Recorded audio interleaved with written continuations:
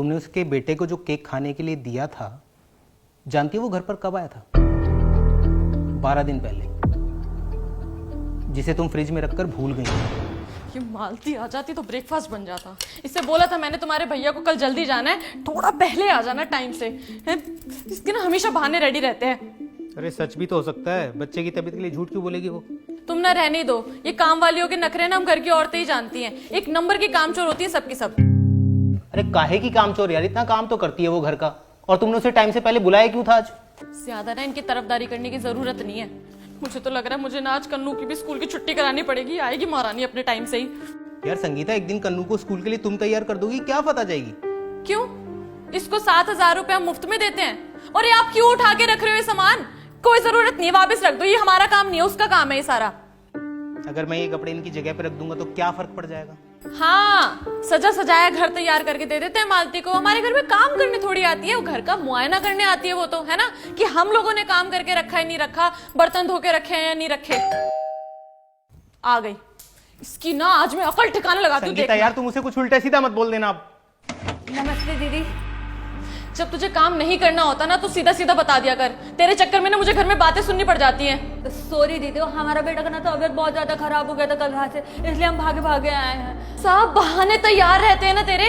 तू एक बात बता, मैं तेरे भैया को क्या दूं नाश्ते में? बोला था मैंने तुझे आज जल्दी आ जाइए, उन्हें जल्दी निकलना ऑफिस के लिए। हम बस जल्दी सब जाके बना देते हैं ना। हाँ तो महारानी जी, आप बाहर क्या कर रही हैं खड़े होके? अंदर जाइए। नमस्ते भैया, सॉरी। हाँ, हमको थोड़ा सा लेट हो गया, लेकिन हम जल्दी जल्दी आपका नाश्ता बना देते हैं। अरे नहीं नहीं नहीं नहीं मालती, रहने दो, मैं ऑफिस जाके नाश्ता कर लूंगा। अरे क्यों ऑफिस जाके नाश्ता करोगे? बाहर पता नहीं कैसा खाना बनता है। मालती तू किचन में जा, नाश्ता बना दे। और हाँ, सिंक में बर्तन पड़े हैं, पहले उनको धो लियो और फिर बनाइयो जा। जैसे संगीता, क्या जरूरत है इतने बर्तन गंदे करने की? और किचन में रात को इतने बर्तन गंदे करती क्यों हो तुम? हाँ, ना इसको ज्यादा सर पे मत चढ़ाओ। मुझे पता है अच्छे से काम वाली से काम कैसे निकलवाना होता है। मालती जल्दी जल्दी हाथ चला, लेट हो रहा है इनको।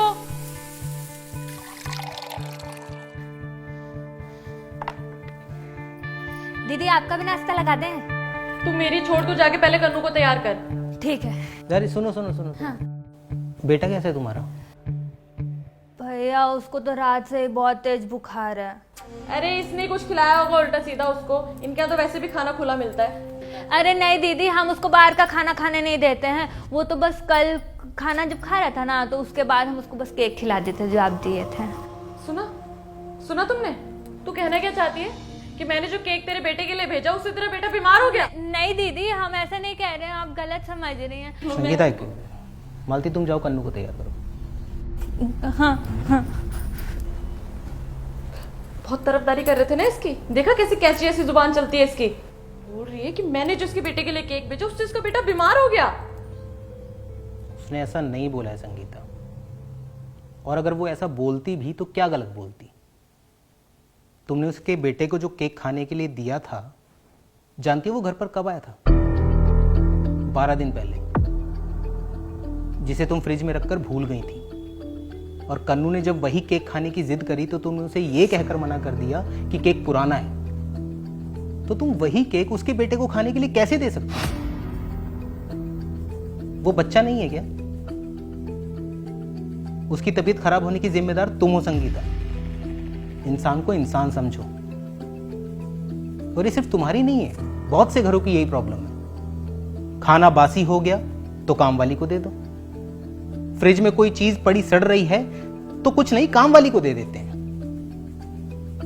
मालती हमारी मेड है संगीता, कोई भिखारन नहीं है जो तुम्हारे टुकड़ों पर जिएगी। वो भी अपने बच्चे को गोद में लेकर जाकर सड़क पर भीख मांग सकती है, लेकिन नहीं, उसका अपना आत्मसम्मान है। वो मेहनत करके अपना घर चलाती है। उसका पति उसे छोड़कर चला गया, लेकिन उसने हार नहीं मानी। तुम्हें तो उसकी हिम्मत बढ़ानी चाहिए। और अगर उम्र के हिसाब से भी देखें तो तुम और मालती एक ही उम्र के हो गए। सिर्फ इस बात पर तुम्हें उसे कोसने का मौका नहीं मिल जाता कि तुम्हारा पति एक अच्छी नौकरी करता है और उसका पति उसे छोड़कर जा चुका है।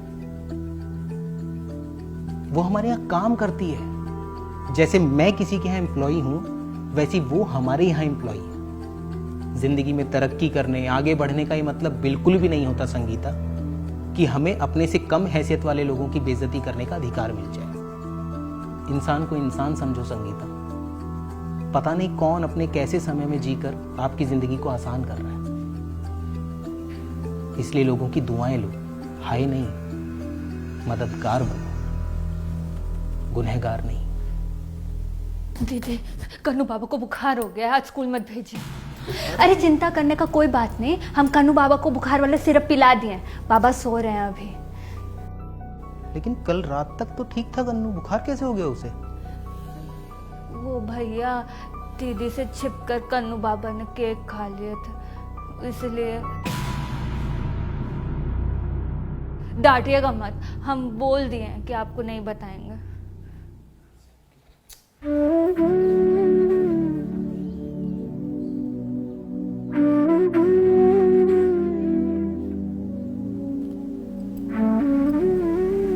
तुमने अपने बेटे को दवाई दी?